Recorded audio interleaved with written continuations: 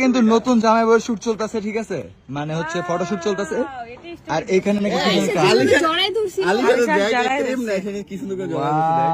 Guys তোমরা দেখতে পাইতেছো এই ছবিটা কিন্তু অনেক সুন্দর একটা ছবি হয়েছে, ঠিক আছে। পুরোনো ভালোবাসাকে নতুন করে কাছে টেনে নিলাম। হ্যালো এভরিওয়ান, আসসালামু আলাইকুম। আমি তোমাদের আহাদ ভাই। ইতিমধ্যে তোমরা অনেক রিলস দেখছো, অনেক ছবি দেখছো, যে কারণে তোমাদের মধ্যে অনেক কিউরিয়াসিটি কাজ করতেছে যে কি হলো, কি থেকে কি শুরু হলো, বা আহাদ ভাই কি করতেছে।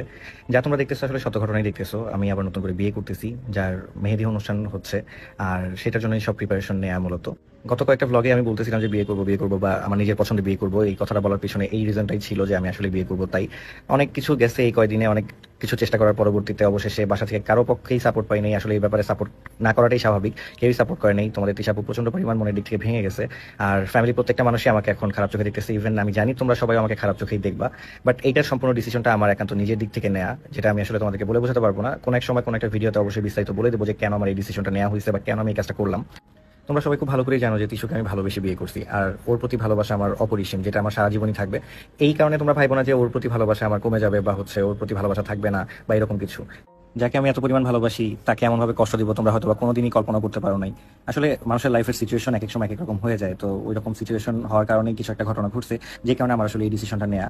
তো তোমরা সবাই দোয়া করবা আমার নতুন জীবনটার জন্য, আর যেন তিশুকেও আমি ভালো রাখতে পারি, আর নতুন বউকেও যেন ভালো রাখতে পারি, সে ব্যাপারটা তোমরা সবাই দোয়া করবা। তোমরা সবাই খুব ভালো করেই জানো যে তিশুর প্রতি আমি কোনোদিনই কোনো প্রকার অবহেলা করি নাই, আর ইনশাল্লাহ আগামীতেও করবো না। আর যে নতুন আসছে তার প্রতিও কোনো প্রকার অবহেলা থাকবে না, এই ব্যাপারটা আমি তোমাদের সাথে কথা দিচ্ছি।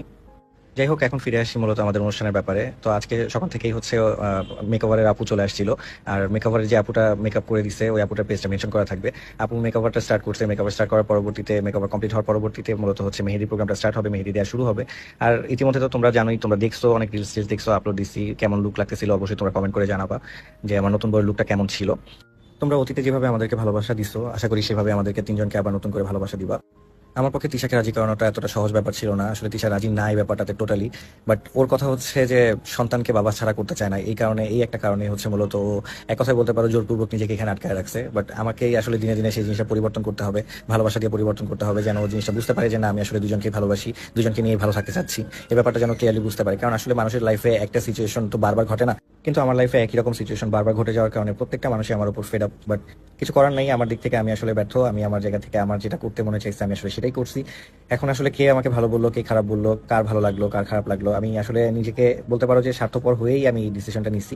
এই কারণেই কিন্তু কোনো জায়গাতে তোমরা তিশুকে দেখতে পারতেছো না, কারণ হচ্ছে ও প্রচন্ড পরিমাণ মন খারাপ ছিল ওর। তার পরবর্তীতে আমি আমার দিক থেকে চেষ্টা করে বাসার আরো মানুষদেরকে নিয়ে সবাইকে নিয়ে চেষ্টা করে জোরপূর্বক ভাবেই ওকে মেহেদি পড়াইছি। মেহেদি পড়ানোর পরবর্তীতে ওকে একটু হ্যাপি রাখার ট্রাই করতেছি।